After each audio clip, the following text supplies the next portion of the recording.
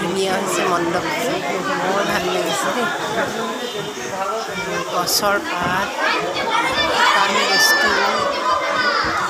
এইবিলাক দি বনাইছে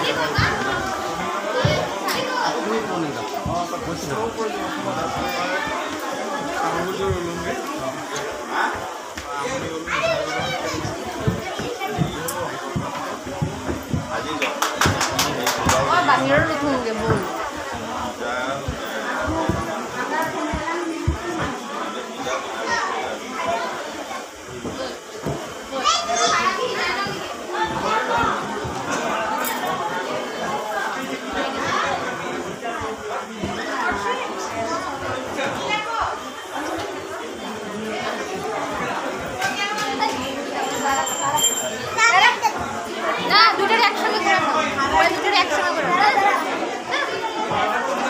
আজি দশমী পূজা সকলো ব্যস্ত আজি দুখ লাগিছে দেৱী মাৰ আজি বিসৰ্জন হ'ব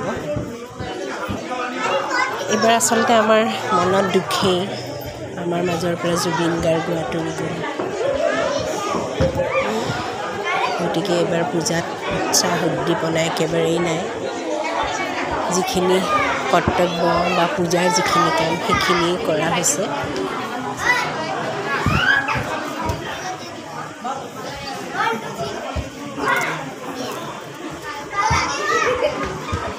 আমিও সেই পৰম্পৰা অনুসৰিয়ে আহিছোঁ পূজাখন চাবলৈ আৰু এইবাৰ এটা বৰ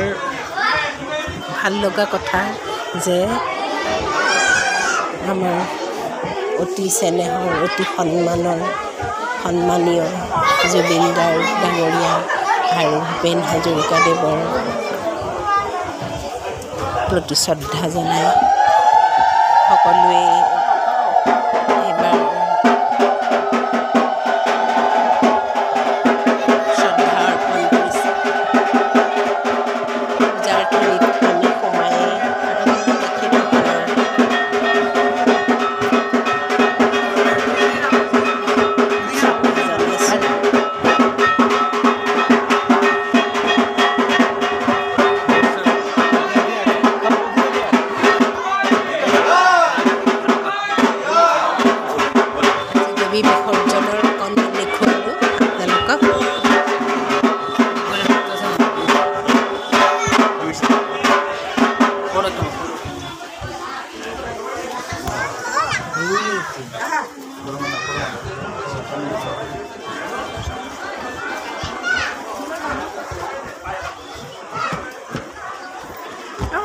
এতিয়া আমি উপস্থিত আছোঁ পানীগাঁৱত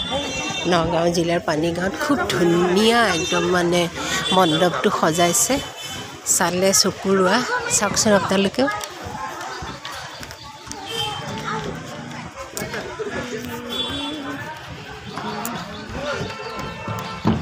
দেখিছেনে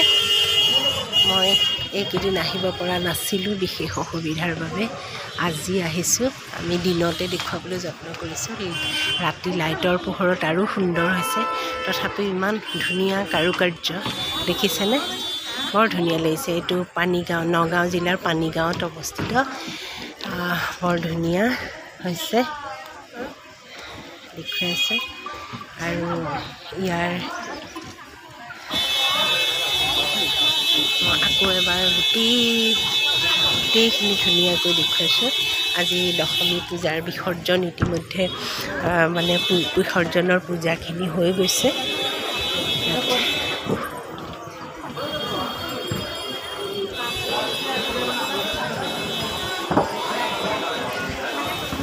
আৰু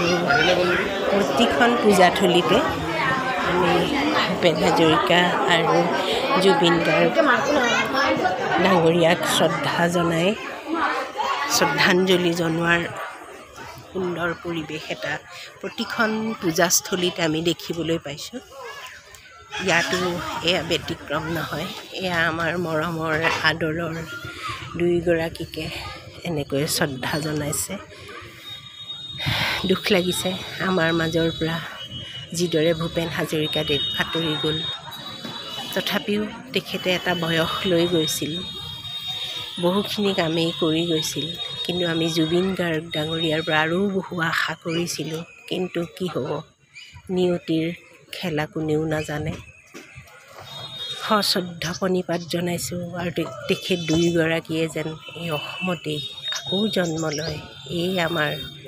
প্ৰাৰ্থনা।